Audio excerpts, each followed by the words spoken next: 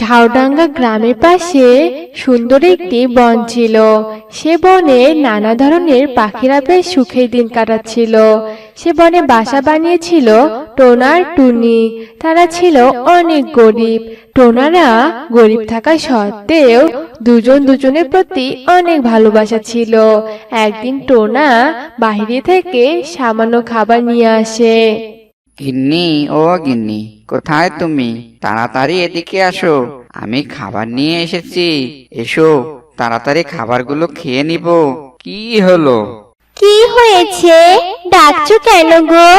ও, তুমি খাবার নিয়ে এসেছো? কিন্তু এখানে তো অল্প কিছু খাবার। এই খাবারটুকু আমরা দুজনে একসাথে খাই। এভাবে সুখে দুঃখে টোনা টুনির ভালো দিন কাটছিল। টোনা বাহিরে থেকে এসে দেখে টুনির পেটে ভীষণ ব্যথা। টুনি অসুস্থ হয়ে শুয়ে আছে। গিন্নি, ও গিন্নি, কি হয়েছে তোমার? তুমি এমন করছো কেন? দাঁড়াও, আমি এক্ষুনি উল্লু পেঁচাকে নিয়ে আসতেছি। এ কথা বলে টোনা পেঁচা ডাক্তারকে ডেকে নিয়ে আসে। ডাক্তার টুনিকে পরীক্ষা করে বলে, টোনা, তোমার একটা খুশির খবর আছে। তোমার স্ত্রী তো মা হতে চলছে। তোমার স্ত্রী তো এখন গর্ভবতী। ডাক্তার বাবু, আপনি সত্যি বলছেন? তার মানে আমি বাবা হব? আমার যে কি আনন্দ লাগছে। কিন্তু টোনা, একটা সমস্যা আছে। তোমার স্ত্রীকে ডিমের অবস্থা বেশি ভালো নয়, তাই ওকে পুষ্টিকর খাবার খাওয়াতে হবে। আর বেশি বেশি করে মুরগির ডিম খাওয়াতে হবে। পর্যাপ্ত পরিমাণ মুরগির ডিম খাওয়ালেই তোমার স্ত্রী একটি পূর্ণাঙ্গ ডিম দিতে পারবে, বুঝলে? এসব কথা বলে পেঁচা ডাক্তার সেখান থেকে চলে যায়। আর টোনা ভীষণ চিন্তায় পড়ে যায়।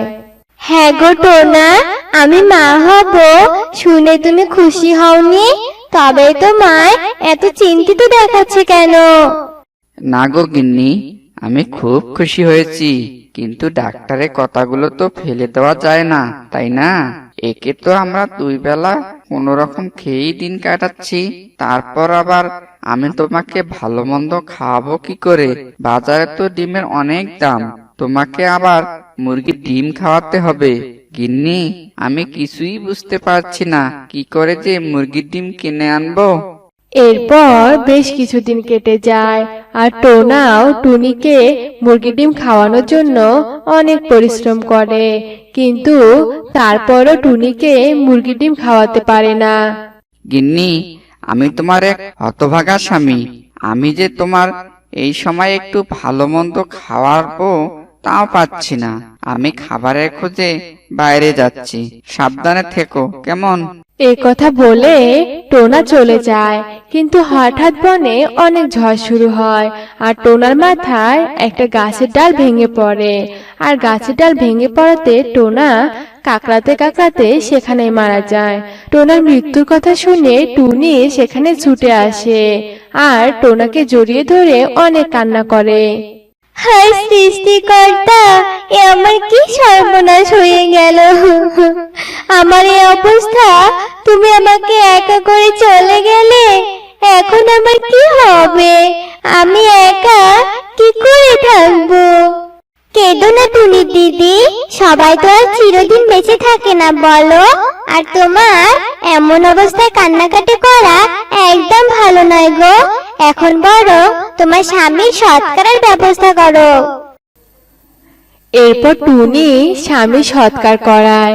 তারপর থেকে গর্ভবতী টুনি বাসায় একাই থাকে আর অনেক কষ্ট করে নিজে সংসার চালায়। তারপর থেকে টুনি রোজ ডিমে তাপ দিতে থাকে। আর বেশ কিছুদিন কেটে যায়। হঠাৎ একদিন টুনি ডিম ফুটে ছোট্ট একটি ছানা বের হয়। এ দেখে তো টুনি অনেক খুশি হয়েছিল।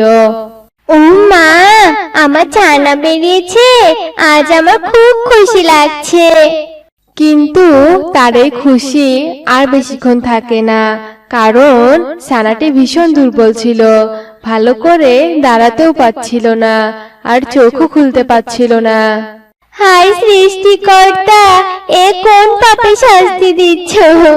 গর্ভবতী হয়ে স্বামীকে হারালাম, আজ আবার একটা ছানা হলো, তবুও দুর্বল। এসব কথা বলে টুনি অনেক কান্না করতে থাকে। আর ঠিক তখনই শালিক তার কাছে আসে। আরে টুনি দিদি, তোমার ছানা হয়েছে, কিন্তু এই ছানাটি এত দুর্বল কেন? শোনো, বেশি করে মুরগির ডিম খাওয়াবে, বুঝলে? আমি শুনেছি মুরগির ডিমে নাকি অনেক প্রোটিন থাকে, যা বাচ্চাদের শক্তিশালী করে, বুঝেছো? এ কথা বলে শালিক সেখান থেকে চলে যায়। এভাবেই কয়েকদিন কেটে যায়।